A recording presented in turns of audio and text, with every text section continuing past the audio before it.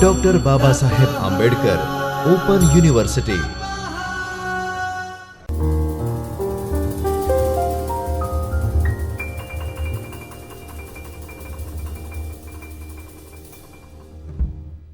Namaste dear learner, I Dr. Kamal Agal, Associate Professor at School of Commerce and Management, Dr. Babasaheb Ambedkar Open University, welcome you all at Chaitanya Studio of the University.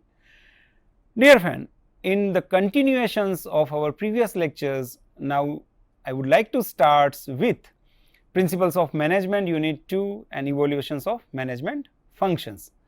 So, we had already looked after for planning and organizing, and today we are move further.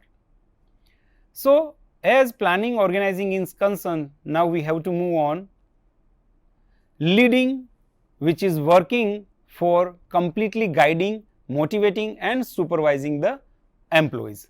Why need to lead the employees? Because it provide guidance, motivations and ultimately create a supervision or supervision image towards the employees. What are the key features particularly?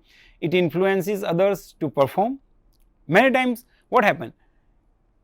Why there are group activities happen or we need to supervise the people in a group? Because simultaneously if 2 people or 4 people or we can say number of people are working on a floor, if some have a good efficiency, it automatically result that others who haven't a lesser we can say good outcome based reality, they automatically done good, particularly after seeing that employees.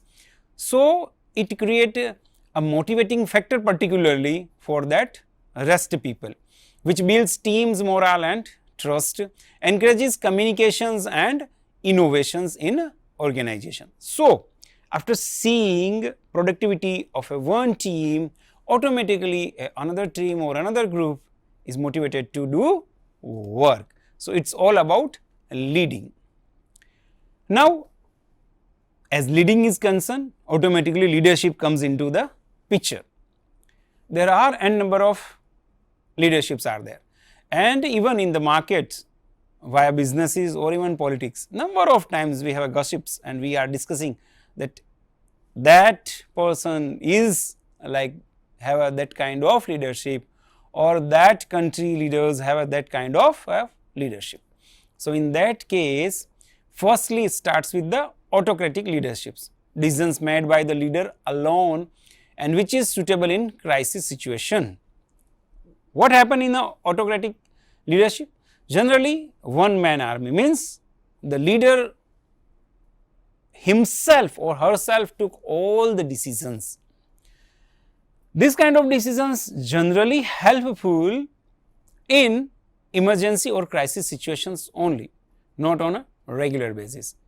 So, this is what a autocratic leadership. Then democratic leadership, where as a we can say citizens of this beautiful nations called Bharat, we are in democratic leaderships. Team involvement in decisions, we know that we have a great structure of parliaments and you know the hierarchy or a beautiful hierarchy we have. So, a team is supposed to be involved in any particular decisions, encourages creativity and participation, because n number of peoples are there, n number of opinions are there, that opinion converted into particular one decisions. So, there are lesser chances in normal terms that a decision is supposed to be have any biasness or we can say a one man power. And the third one is laissez-faire leadership. So, minimal interference from leader and works well with experienced team. Laissez-faire is all about minimal interference from the leader and work with the experienced team members, automatically they work in the organizations. So, this is what leadership styles was there. Now, we move on controlling. So, we need to understand meaning and process firstly. So, monitoring and evaluating the performance of any individuals, any group, any team or a organization as a whole, that we can as a controlling. And what are the steps is involved in the control process? So, it is a set standard or benchmarking, measures actual performance, compare with the standard and take corrective actions if needed.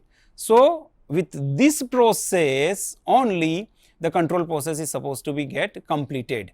Like first and foremost there should be some standard, some benchmark, then actual performance, benchmark and actual performance, or actual performance or benchmark or actual performance. I hope you must understand with my sign language. So, if there is a good enough, we can say, difference between benchmark and actual, then there will be a complete need to take remedial steps, corrective steps. If equal, then no issue. If, then we have to take measures. If this way, then it will be matter of pride. So, in that way controlling is create we can say a great role in organizations. Now, importance of control functions.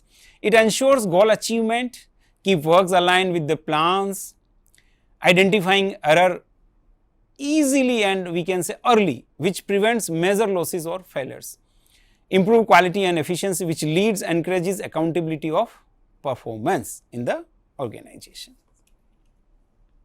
Now, managerial role, an overview like as per the Mintzberg, interpersonal, informational and decisional role. Three main categories are there which help managers handle multiple tasks, support effective communications and decisions. So, three role particularly manager have to have face, like interpersonal, informational and decisional role.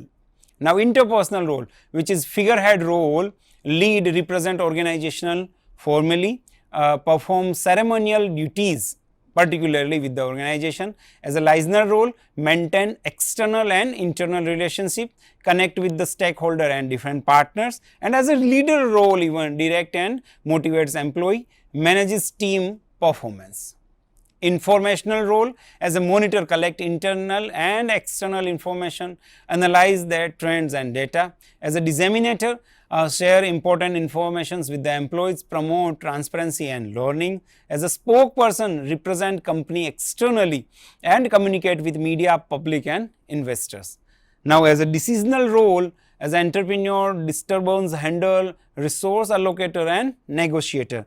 And as an entrepreneur, what decisional role one have to face? That identify new opportunities and drive innovation with changes. So, as an entrepreneur, they have to look after for that particular area. As a disturbance handler, manage conflicts and crises, which happens in every organization where people is working. This will be happen automatically, but solve urgent problem are also which we can say very mandatory. As a resource allocator, distributes, encourage and budgets, decides who gets what. Resource allocation is very important. As a negotiator, they have to negotiate at any kind of situation is supposed to be happen. Functional role versus roles comparisons. So, planning, organizing, leading and controlling, and then structure and process focus, as roles are interpersonal, informational and decisional. So, this is what we have already discussed a lot. So, functional provide framework where roles ensure execution and adaptability. As a whole of summary are concerned, we can say that planning, organizing, controlling and directing are core area of management, and as evaluations of management functions are concerned, without these functions no management is supposed to be possible. Dear learner, I am again advising you as a students of management, you need to have your own resources. You can use our SLM too, and particularly you can go with another reference books, you can use different news articles, different journals, magazines, and create your own questions bank even, or you can use our questions bank parallelly and have a good assignment writing habits. So, while you attempting your examinations, this helps a lot to write your real answers. With their best wishes, and we are thankful to Chaitanya Studio, Dr. Babasaheb Ambedkar Open University to provide such platform. Thank you so much.